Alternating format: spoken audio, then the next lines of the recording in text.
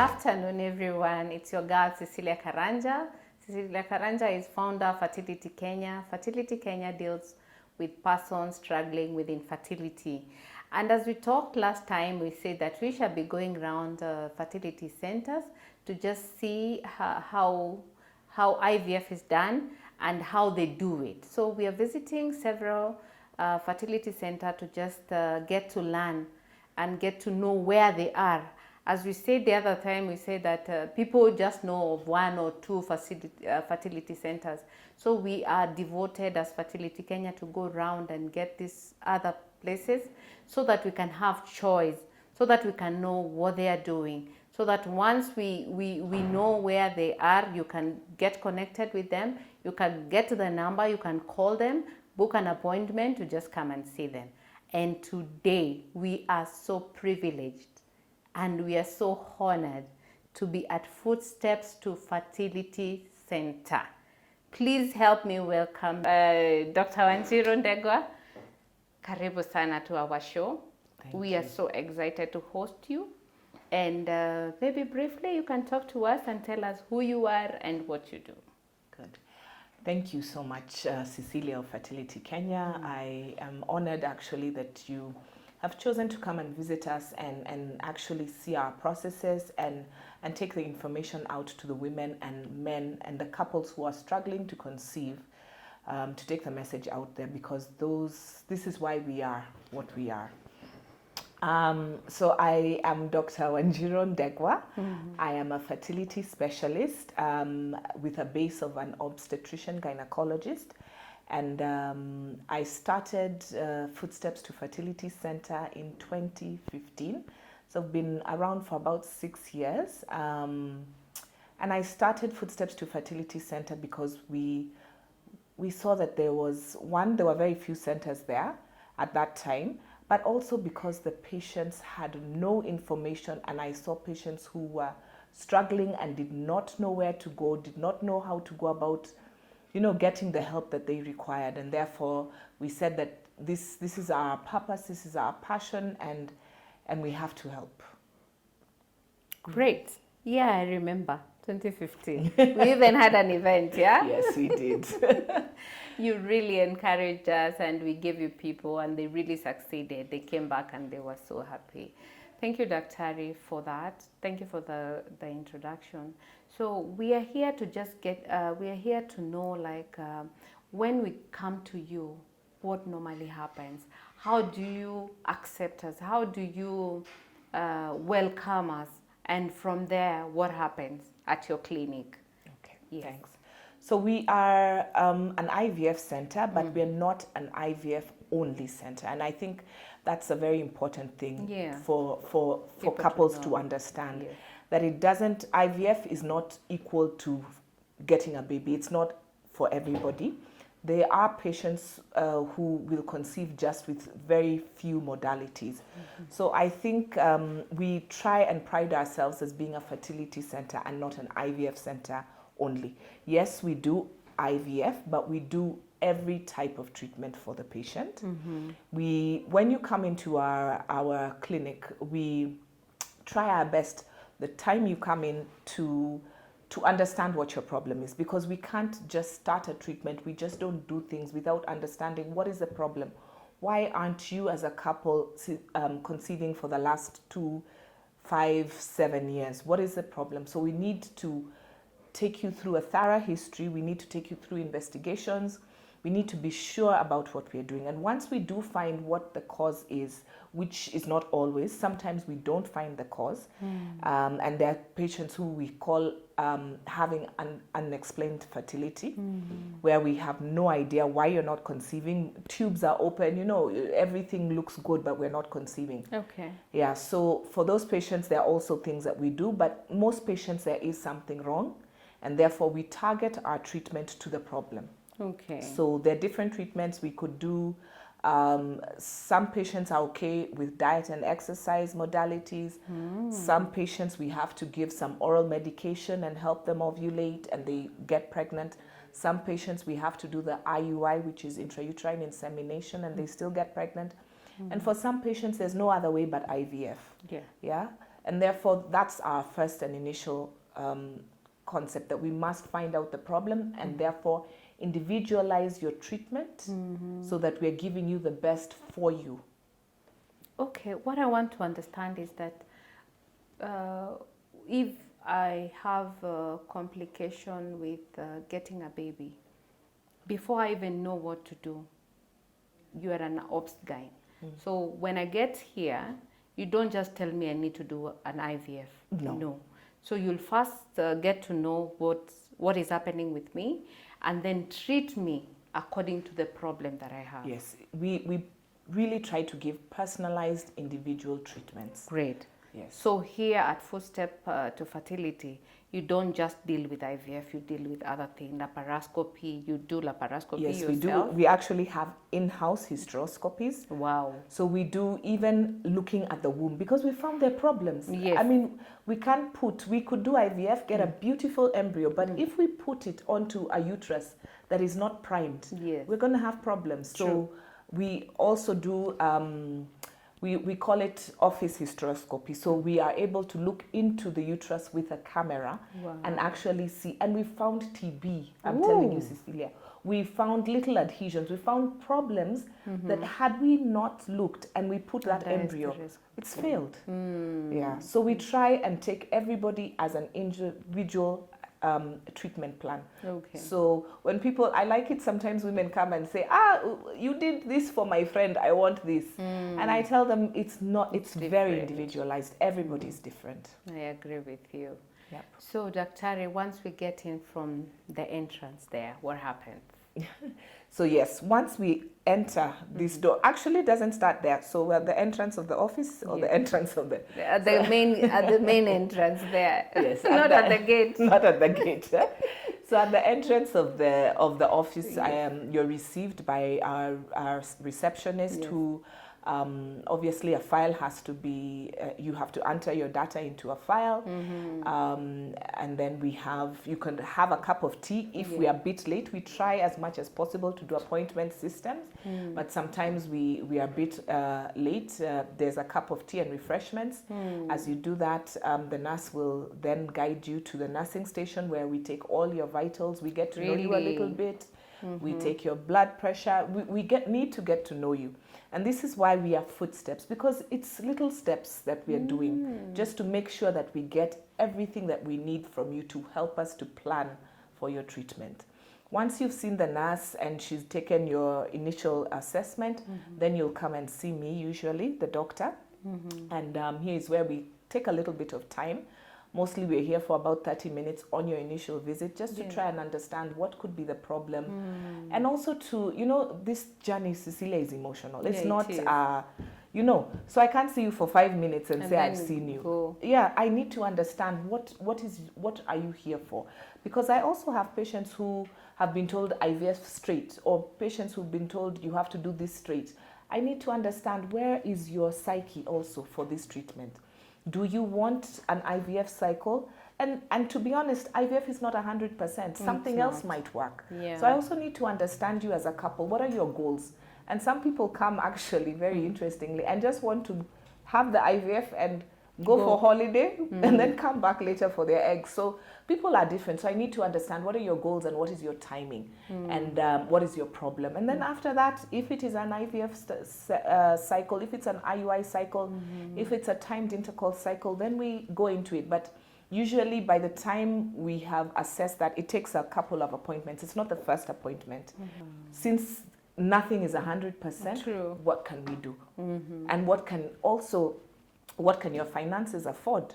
Because at the end of the day, I mean, we can't tell everybody to afford the cost of IVF. True. And yet maybe they just have something small. Yeah. So it's very individualized. That's what I want to explain. Wow, I like that, because maybe somebody will come here and they find that they have blockage of tube, and they are told you have to do IVF automatically.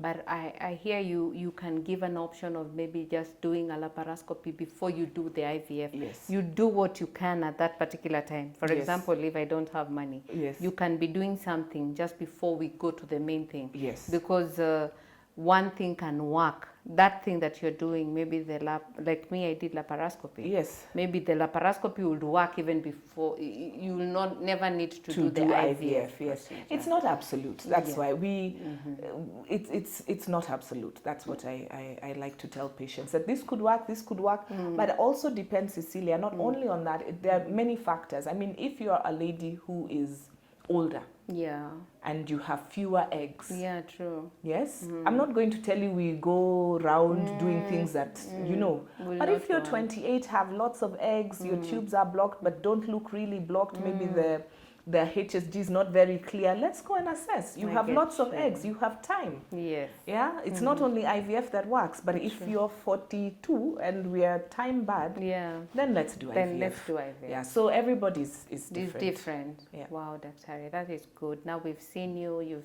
analyzed us, and you know that this is what we're supposed to do. What is next? We go home, we go and stay home, and we don't come back, or what happens? Do you give us taste? What do you tell us to do? Yeah, so once we've assessed and we know what you need to do, usually all our procedures, whatever we are doing, usually starts on day 2 of menses. Day 1, 2, 3 of menses. So we'll schedule you and tell you, okay, this is, you've understood, we've decided this is your process, you come back. Usually on the first initial times of your menses. So unfortunately for women, we really have to time it. We do your tests. Again, there's some initial tests, especially if it's IVF, to see whether we can start whatever treatment we're doing. Once we have established we can start the treatment, then it depends. So for IVF, let me take you through an IVF cycle. So yes, say your tubes are blocked, they cannot be rectified by laparoscopy, maybe there's also a semen factor, we need IVF. So at that point, what we do, you come in, as I've said, on day 2 or 3, we check that you are right, this is the cycle that is best for you, and we start. So what does starting mean? Starting means that for 10 to 12 days, you are going to have injections. Now, a lot of people are like, oh my gosh, what does this mean? And they've read on the internet that it is crazy. These injections give me nausea. And before we reach there, Dr. Before we do the day 2, what are these tests that we normally do, and how much do they cost? Or the tests before we start the IVF? Yes. Before, for assessment or for before? Assessment. Or for assessment? Just before the IVF procedure. Yes. There are those, you check the AMH and all this. Yes, So the female workup is, now that, would be before we even decide what the procedure is. Okay. So we'd need to do hormonal tests. And we test many things. We test the thyroid, we test some hormones called prolactin, we test AMH, as you've said, something to check the eggs, we do a scan to make sure that we can see how many eggs you have. We do a scan also to check that your uterus is prime. Yes. We do a semen analysis for the man. The man is lucky. If semen is good, we're done. But if it's not good, sometimes we also investigate the man if the semen is low to find out, is there a solution? Can we improve the semen count or the semen, the way they're moving or the numbers by any way? So we'd also investigate the man if the semen is not normal. And then once we've decided all that, that's now when we decide on the treatment plan. Okay, great. Yeah. Now so, I come on day 2. Yes, now we're back. So you've come on day 2. We already know your problem, and we're sorting it out with IVF. So usually it's 10 to 12 days of injection on your tummy. They're painless mostly. Okay, I wouldn't say they're painless. There's a little bit of pain, but usually most patients go through them with no difficulty. And here we give you the option of either doing them here or having them done closer to you, because we have patients who come from Kitengela. Really, with Mombasa Road right now, you do not want to be on that road coming for injections every day. So there are options, and some patients are courageous and will inject themselves, and the nurse will go through the whole how to do the injections if you're doing them for yourself. So this we do for 10 to 12 days. Yes. Side effects are not much. I tell my patients, you'll feel a little bloated at the end. You may have a headache when we start, but nothing that is really serious. Then we also do scans, so that we do scans on different days, usually from day 6 or day 5 or day 7, we'll do a scan, and alternate days we'll do scans. So usually by the end of the IVF procedure, you've done maybe 5 to check scans. on what? Now, these scans are checking the growth of the eggs. So we need to monitor and make sure that the medication we're giving you, the injections that we're giving you every day, is actually helping to grow the follicles. Okay. Yeah. So, and sometimes, unfortunately, Cecelia, there's no growth, and we have to stop a cycle. Huh? Yeah. Really? Yes, unfortunately. But so why? Because there's no growth. And these are ladies usually who are older and they have very few eggs and there are other problems, and we will tell you. But by the time we are stopping a cycle, you will already have known that it wasn't going well. Yeah, and then there's some who do so well, and by day 10 we are done. And if we are done by day 12 and we have the optimal growth of the follicles, then we move on to the next point, which is where we remove the eggs. Okay. It's the extraction. And a lot of people ask, am I going to sleep for 3 hours? No. It's a small procedure, usually between 10 to 20 minutes, where we put a needle through the vagina with the scan we've been doing. And we suck out all the fluid and the ova that is in the follicle. And once it is sucked out, that portion is put in a test tube. So this name of test tube is real. It's actually a test tube baby when people coined the phrase. When they say, yes, it's when they used to say, now they say IVF at least. Yes. So the gamete, or rather the ova, is put into the test tube. Then we pass it on in the next room to the embryologist, who now then checks and does all the embryology workup. So once the procedure is over for the lady who is undergoing the procedure, usually she rests, and in about an hour or two she's ready to go home.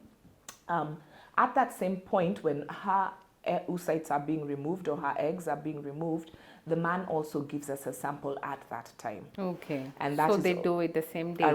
Same day. Yeah? So at that time now we give it to the lab, and in the lab now the sperm is injected into each oocyte. So that is ICSI.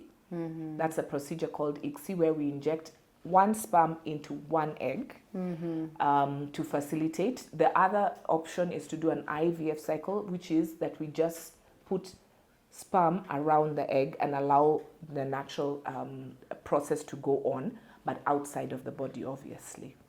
So that's called the fertilization phase. Now, we leave them for about 16 to 18 hours, and then we look at them again. And now this is what tells us that fertilization has occurred. Not always do we have fertilization, unfortunately, but the ones that have fertilized will go on. And this is the part in the lab where the embryologist will keep looking at them and check, okay, day 3, how are they looking? Day 4, how are they looking? Day 5, how are they looking?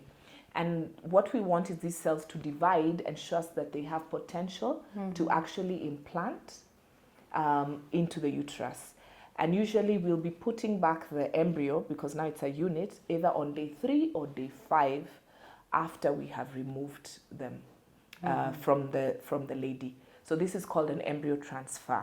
And that is usually either day 3 or day 5. Now we're even going to day 6 because we've seen that they are living. Really? Yes. And in the US, they're trying for day 7. Hey! So, I mean, things are moving. I mean, technology is moving, science is moving. So I'm asking, how would you leave them to day 6? No, we are leaving them. Actually, even here, we leave them to day 6 and we see that they're still surviving. And that tells us that it's a really, most of the time, not all of the time, that it's a good embryo, something that will be able to survive day for 6. That long. Even day 7, but no, we are not there yet. Yeah. We are not, but that's still experimental. But it just shows that there is potential for growth and for implantation. Dr. What I wanted to know, when you tell us to go and wait at home, do you tell us what to eat, what not to eat? Do we go back to work, or we just have a bed rest for the 14 days? What is your take for that? Yeah, so to be honest, Cecelia, there's no science around what we do in the 2-week wait. I've had patients who have told me they have to work. So this thing of bed rest, I am so sorry. I'm not going to do it. And I've had a patient who decided, first of all, she said, I want 1 embryo, not 2. Yeah. You put just 1. Because if you have twins, I am going to give you the second baby. So we put 1. Yeah. And then I tell her, please, you have to go to rest right after the embryo transfer. She said, rest? I have an appointment at 2 o'clock at work. After the transfer? Leave alone. Yes. She walks to work. So she left our clinic and walked to her workplace, did her things, and used to walk every day to work and home. And at the end, we still got pregnant. We still got pregnant? Yes. So, to be honest, research has not told us that we have to be on bed rest. But I do tell my patients that it is important to be on bed rest because... For the 14 days? Not for the 14 days, but a few days. And it's not really bed rest. I tell them it's downtime. Because this is an emotional journey. Whether it is your first, your second, your third, the emotions around it are so much that sometimes you just need time to reflect. So I usually tell them for a couple of days, maybe 2, 3, 5, whatever you can get. Take time to self-reflect. Don't do too much. Just be in the house, binge on your Netflix or whatever you want to do, or pray, or whatever keeps you calm. That's what I tell them. Because the science does not tell us that you actually need to be on any form of bed rest. But I do know that patients who are not and it doesn't work will say, oh my gosh, maybe it's because I wasn't. So give your body that time to just rest. Diet, to be honest, doesn't matter. It is not because I ate, obviously, alcohol and smoking and not allowed. That one we don't allow, and caffeine. But food doesn't matter. No, it doesn't. I mean, red meat, I hear it doesn't. No, it doesn't matter. Yeah, I have a lot of those questions. Do we eat meat? Should I eat not? It really doesn't matter. If it's going to implant, it's divine, to be honest. Yeah, it's all from above. So whether you ate your red meat or your what, I mean, how many people don't even know that they're pregnant walking around here? Many. Yeah, they were in the gym, they were swimming, they were what, and they got pregnant. And then at 6 or 8 weeks, that's when they know, and some people even know later. So I tell patients not to stress too much, because then we get, okay, I did this, oh my gosh, you know, when I began. Reason why, yes, it did not succeed. Yeah, so I think just the downtime is enough, and it's not set in stone. If you have to work, you have to work. Yeah, but it is good to get some time off just for you. Yeah. Wow, I think that is so informative, because people are always asking this question: what do I need to do? The sleeping position. Some of them they are told to sleep on how. Nothing like Nothing. that. The science does not say. Even this, we actually ask patients to lie down here for 1 hour. Science doesn't say that. It doesn't. Science says 15 minutes go. Yeah. So these are acrobats, whatever we I think it's, you see, with patients struggling, yes, but we have to think of their psychology as well. Yes. And really, a lot of patients don't understand that, the embryo doesn't even implant then. It takes a couple of days to implant. Like how long? It can take up, the implantation window can be anything from 7 to 9 days after. So we are putting a day 3 embryo, it will not implant then. So lying there will not make a difference, to be honest. It will just be there bouncing. It is there in the environment trying to seek its way for where to burrow. Yeah, but it doesn't happen at that moment. So telling somebody to sleep, to do what? It doesn't. It's a science, and that's why, and it's a science that has a lot of divinity attached to it. So, yeah. You know, this takes me to the pastors who do things. At times we want such. We want those magic done to us, so that we feel, hey, now I'm okay. So I think at times it works, because you believe that when you do that thing, you will succeed. So you tend not to do so much. Yes. So yeah, okay, that's good. Now, Daktari, we've done the transfer. We are pregnant. After we are pregnant, what happens? After we're pregnant, we're very happy, of course. Yeah. But now is where we really have to take care, because once you're pregnant, to be honest, an IVF pregnancy is equal to all other pregnancies. A miscarriage could happen. Yes. A preterm labor could happen, meaning that you deliver before time. It could be a chemical pregnancy. Sometimes you're pregnant, then the levels just go down. It could be an ectopic pregnancy. So I tell patients that once we get a positive beta-HCG level, then now we've started another journey. We've started another journey. And that journey is long sometimes, is painful sometimes, but now, yes, it's a new journey. So with us, when we have a positive, we usually now have to continue the support that we've been giving. So if you are taking progesterones or whatever medication, we usually continue until about 8 weeks of pregnancy or to 12 weeks of pregnancy. Okay. It really depends. If you've had multiple miscarriages, maybe we'll want to carry on further. Okay. Yeah. So once now do we continue with you as our obs-gyn, or what happens? So it depends on a lot of factors. There's some patients who have been referred by their doctors. Oh yeah, true. And therefore they go back to their doctors once. Usually at 8 to 12 weeks, we refer you back to your doctor. There are some patients who saw me online and just came straight and have not seen any other doctor, and therefore we are comfortable to move forward with you. Okay. Yeah. Okay. You do the first scans to determine the heartbeats and all this. You're the one who does that. Yes, and there's such that's where our joy comes, except if there are many. The other day we did a scan and we saw 1, 2, 3 and we almost fell. Because 3 embryos is a struggle. A struggle, but I mean we're really happy most of the time when we're doing that 6-week scan, and it's amazing, and we see 2 heartbeats or 1 heartbeat for a patient who has struggled, for 7-10 years. It just makes all the difference about what we do. I agree, Dr. Ari. So I think I wanted to know, like, when you're handling an IVF antenatal patient, yes, and a normal one, do you treat them as the same, or they're 2 different pregnancies? How do you handle that? Yeah, to be honest, and it's not different. Once an IVF pregnancy is the same as another pregnancy, but we do tend, this is a patient who's been struggling for 7, 8, 3, whatever number of years. So to be honest, we are more alert and more high guard, because we really want them to have a live birth. That's the outcome of IVF now. It's not a pregnancy. It's not a positive result. True. It's a baby at the end of the day. So I do say, yes, we are a bit more cautious. We do have a little bit more of screening, especially in the first trimester. True. We do, and as I said, we have more medication to take. Yeah, but apart from that, everything else is okay. And then on delivery, because you're doing both, Yes. On delivery, what happens? I hear the IVF pregnancy, you get 7, 8 months. Is it true?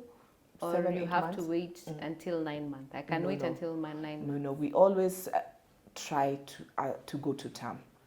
Term? Yes, we go to term. Really? Yes, no problem. I tell my people at 8 months, and No. If there is no problem, you see, if you're getting good care, yes, and we are monitoring and we are doing scans, and you are aware of the symptoms that would suggest that there is a problem. I have not removed any IVF, even IVF twins. We've reached 39 weeks. Yep. Wow. So it really, because the bigger the baby, the better the survival. Remember, for babies, their lungs are not mature until at least 37 weeks. So if we remove them early and then they go to neonatal ICU, there was no indication. So for me, it's a step by step. If there are problems, then we would do it earlier. But 38, 39 weeks, 40 weeks, if you're doing a normal delivery. Okay. Yeah. Thank you. Yeah. I think that's very important. So just tell us, like, how much is your consultation? How much is the procedure? And maybe the small, the freezing, how much it would cost us, so that we know when you're coming to you how much we just need to have.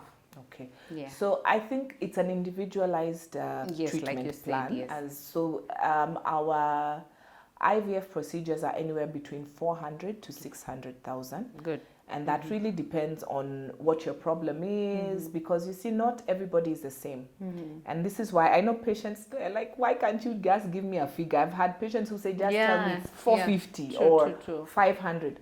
But you see, in doing this, I then will lump everybody together, and you, actually some people would be paying for somebody else, because if it's 500 and you needed medication that was not as expensive as somebody else, then by doing that, you've paid 100,000 extra. And somebody else has paid less when they would have paid more. So for us, it's extremely individualized, and that's why the range is between 400 to 600,000. Okay. Yes. The 400 to 600 include what? So that includes usually the whole process, even up to freezing sometimes. Yeah. Nice. Yeah, depends. You see, if you were 400 and there was nothing else, then it would be 400. Yeah. And that also, if I'm doing donation, yes, it will also include that. Egg donation. Yes. For if I'm doing egg donation myself, if I'm or if you need an egg donor. If you're a patient who requires a third party IVF, where it's actually within the, but it's on the upper range, but of course. Yeah, true. Yeah.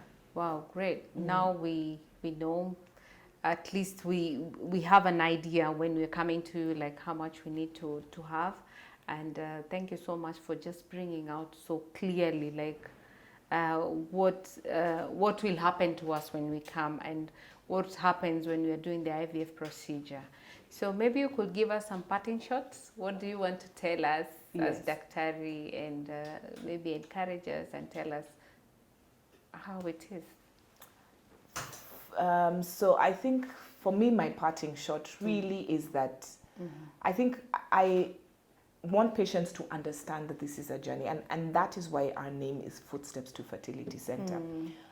I never start the process unless we are all on the same level, and I want patients to take charge of their treatment.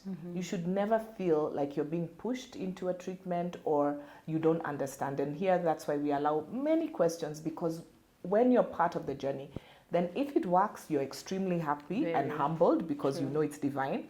But when it doesn't work, you also understand that it might not work this time, but it's going to work next time. And therefore, it's a journey. Some people get it right on the first go. Some people get it right on the 7th, 9th go. But everyone has their journey. And some people, we say, I'm sorry, it's not going to work, even after one cycle, because we assess and we are like, it's not going to work. So I think the thing that patients or couples should understand while they're going through this journey is that it is your journey, and both of you are individuals.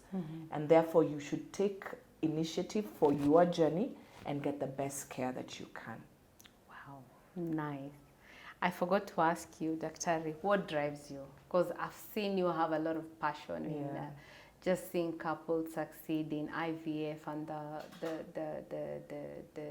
fertility, the whole fertility issue.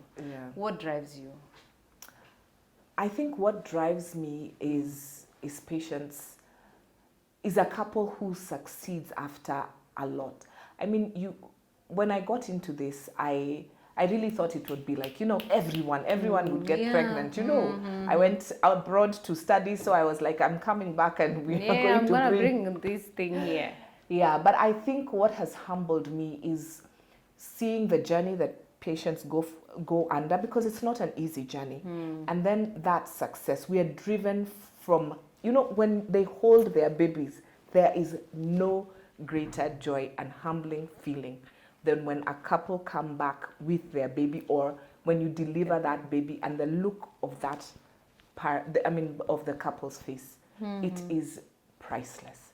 So I think for me, that's what we yearn to. We yearn to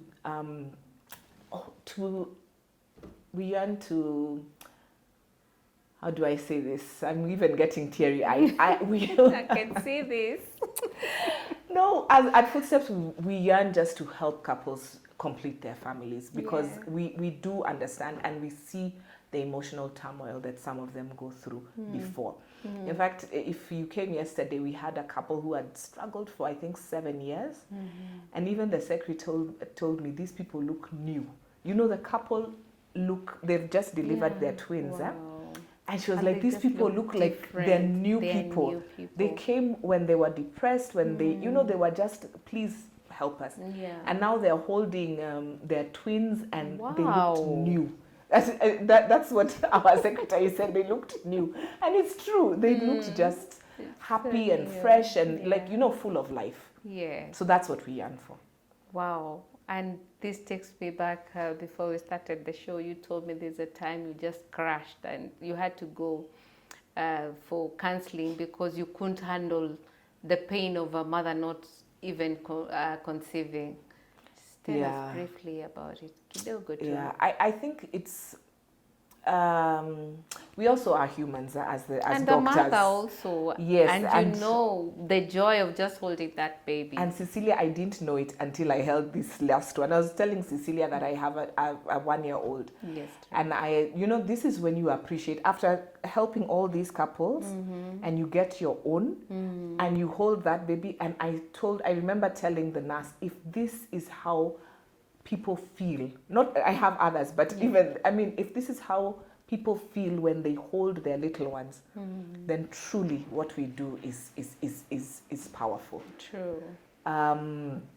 So when it doesn't work, we also walk that journey. No idea. Yes, we also walk with you. And I have patients who, you know, you walk with them the first IVF cycle, the second IVF cycle, the third, and we're not understanding why it's not working. Because everything seems okay. And we've done everything.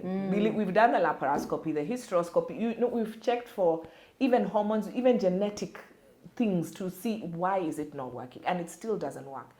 It can eat you, I'm telling you.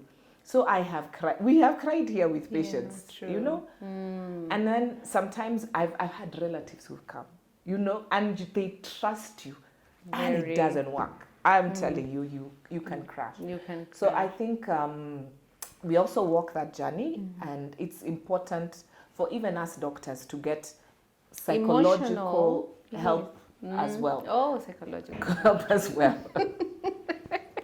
When we walk the journey, because we need doctors as well. So yes, we You walk the journey. Wow, yes. That is nice and that's interesting. Thank you so much. You've given us a lot of insights. So we just wanted to know, how can we get you? Where are you located? What are your contacts? How can we reach you? So we are Footsteps to Fertility Center, and we are along Ralph Bunch Road in a place called Kugeria Court, suite number 9. That's in the vicinity of Nairobi Hospital. And our contacts are 0700 041 955. So that's the number that you will reach the secretary to book an appointment, because we are appointment based, so that we can serve you and give you time. Okay. Oh, nice. So Monday to we just need to do an appointment to come. Yes. But you're open Monday to...